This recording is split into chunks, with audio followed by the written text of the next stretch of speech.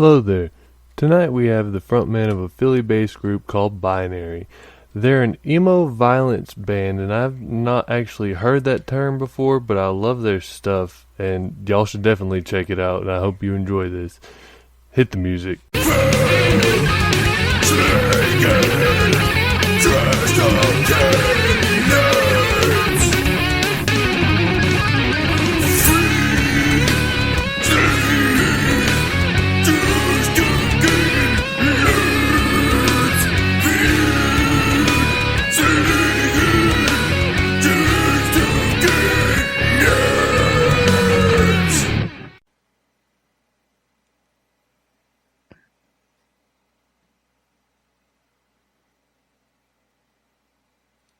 Hello? Yo, Oh, what's up, man? So, here, hold up, let me turn my shit up. wait, Uh, this is... alright, cool.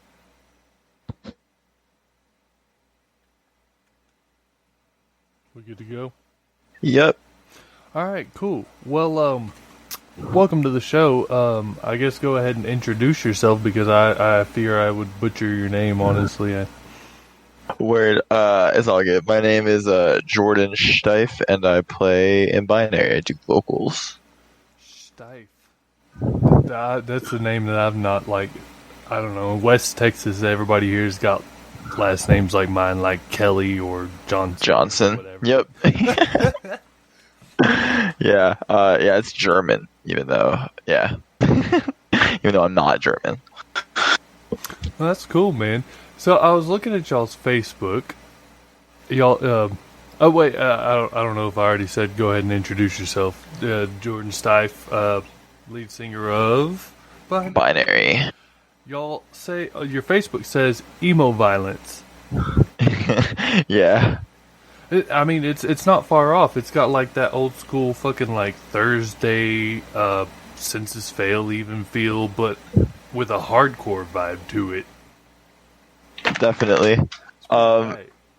I appreciate it. Emo violence is like something we were striving for. There's not like it's a stupid ass genre name. There's like a joke name. A band called Inhumanity made that up in like probably the late '90s or something. But it's supposed to be a mix of power violence and emo, and I don't really fuck with power violence at all. Nowadays it's pretty much just metalcore, but I think that's like an old descriptor. I should probably change it. Well, speaking of old descriptions, how long have y'all or you or whoever's new been a band? The band started in 2017, I think. And yeah, the current lineup has been a thing since probably November. Yeah, so November of 2019. So I guess we've almost been a band for 3 years, and yeah, just like as our tastes evolve, you just want to play music you like, so that's kind of what we've been doing, and like if something sticks, then that's what we got to stick with. But until then, we're just playing music we want to play. I mean, if you don't love what you're doing, why do it, right? Yeah, exactly. So y'all are from Philly. I feel like you said something about Florida in Messenger. Yeah, I'm from South Florida. I live in Philly now. I dropped out of college and moved up here to start the band, pretty much. And yeah, pretty much. Yeah, someone else is from California, and everyone else is from like New Jersey or Central Pennsylvania. But we all moved to Philadelphia for one reason or another, and it just worked out.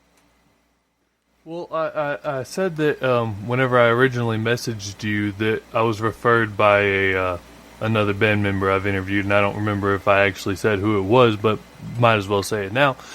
Gabe from Belligerence, which is in Austin, Texas. Yeah, I like Gabe. Yeah, they're cool people, all of them, but Gabe's really cool. So how did y'all meet, or like it just through Facebook, or like touring, or? Just Facebook. I don't think we've ever played with Belligerence. Or I can't. I have such a terrible fucking memory. I can't really remember if Gabe came to a show that we played in Austin. because we do tour quite a bit when we're able to, and we love playing Austin. Fuck 2020. Yeah, that shit's ass. But yeah, no, just Facebook pretty much. Just I think they just hit me up about merch or something, and we just got to talking based on that. Hell yeah. Well, yeah, he's cool people, man. So you said y'all tour a lot. Like, I guess you said some dude's been from Cali, you're from Florida, and kind of based in Philly now. Where's the furthest y'all been, or like just all over the country? Furthest we've been, probably honestly San Antonio. We before all this coronavirus shit happened, we had to cancel a full US or most of the US. We were going to go to California, and we had dates in Vancouver and all around, and so we had to cancel that. But so far, San Antonio is the farthest we've gone. That was in Jesus Christ, my memory's so bad. It was like last summer. Okay. I feel you. Well, my memory is bad as is, but with this year, it's just been totally fucked off, man. Like, there's been so much going on this year. It's the worst year ever, man. I have like chronic depression. I take medicine for it, whatever. And this is the first year that I sat down and said, you know what? New year, new me. Get my shit together. I'm gonna fucking pull my fucking bootstraps up, whatever, and do it, you know? And Hell yeah. Coronavirus. Yeah, right? Yeah, I feel like everybody had that same sentiment of like, I was just doing so good, and then, it's like the rug got pulled out from under you, but, what's a little adversity here and there makes you stronger, I guess. Yeah. I mean, doing this podcast, I originally was trying to do it to make money, but whatever. I love talking with people in the scene, hardcore bands all over, man, because it's pretty much just one giant family. Like, I could go to a fucking show in Dallas and they'd act like they fucking known me forever, or I feel like I could go to a show in Philly and it would be at least a little bit mutual, Yeah, exactly. I've definitely been, playing a lot of shows in the past few years, and you'll see people, and someone will come up to you, you'll be like, I thought you lived in Texas, but you'll be playing a show in Maine, and they'll be there for some reason. That's happened like once or twice. It's always cool. And I love it because I don't know about there, but here people see us and they're like, see we're wearing all black, got the fucking Brutal Band shirt on or whatever, and they're like, oh my god, this dude worships Satan. He is just the devil. He would probably go out there, steal my kids, and rape my cat or something along those lines, But like going to metal shows, they're the nicest. I've seen people like say a girl's crowd surfing and a dude gropes her, and this dude either gets his ass whooped, called out by the band, or just thrown out of the show completely. Yeah, as he should. It's the nicest people in comparison to people who judge said people. I don't understand it. Yeah, I feel like there's a lot of unjust hate, but everyone hates what they don't understand. True that. So in Philly, have y'all had like the protesting and riots and? Yeah, we've been rioting a little bit out here. It got kind of crazy with all the looting, but it is what it is. Yeah, it's been crazy out here. I mean, Philly's always been pretty fucking progressive, and we kind of pride ourselves a little bit on being a sanctuary city where, if the presidential administration wants to strip rights from gay people, marginalized people, Philadelphia, at least the citizens here, for the most part, want to protect that. And in 2017, the band raised money for they were protesting ICE being in Philadelphia, because it was all, if we're a sanctuary city, why are we letting the immigration services take people away when they're waiting at the bus stop to go to work?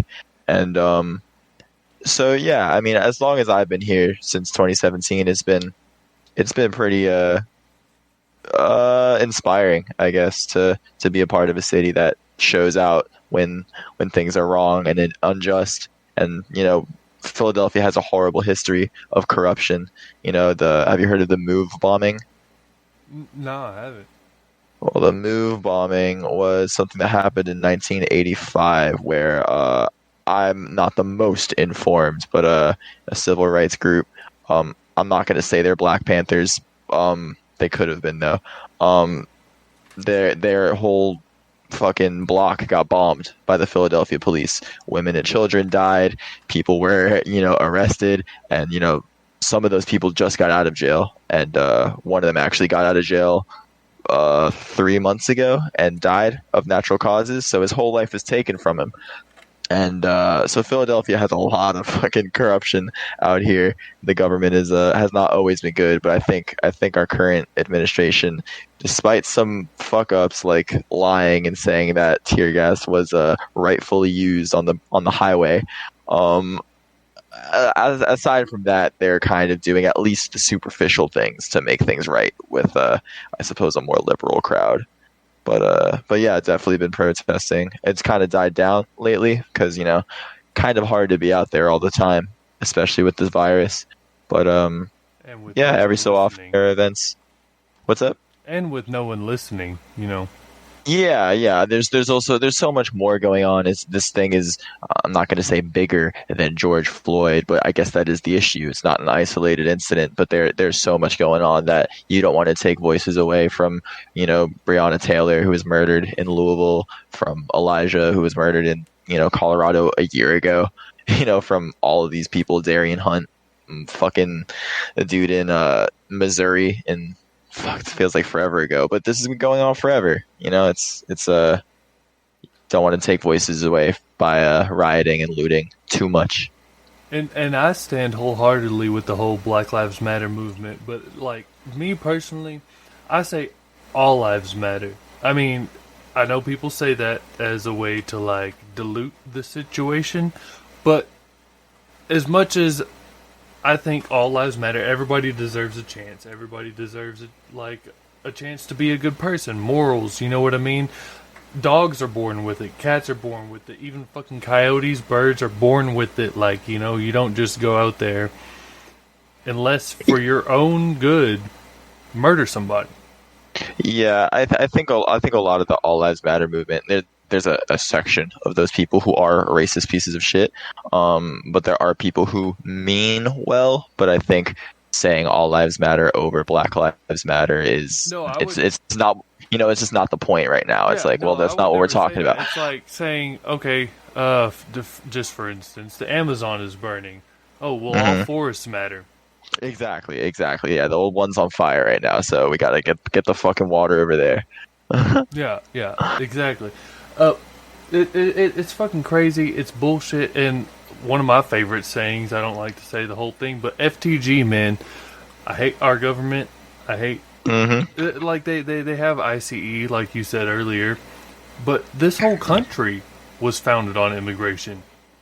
Oh, exactly. Yeah. And my dad's an immigrant. His whole family. Yeah. It's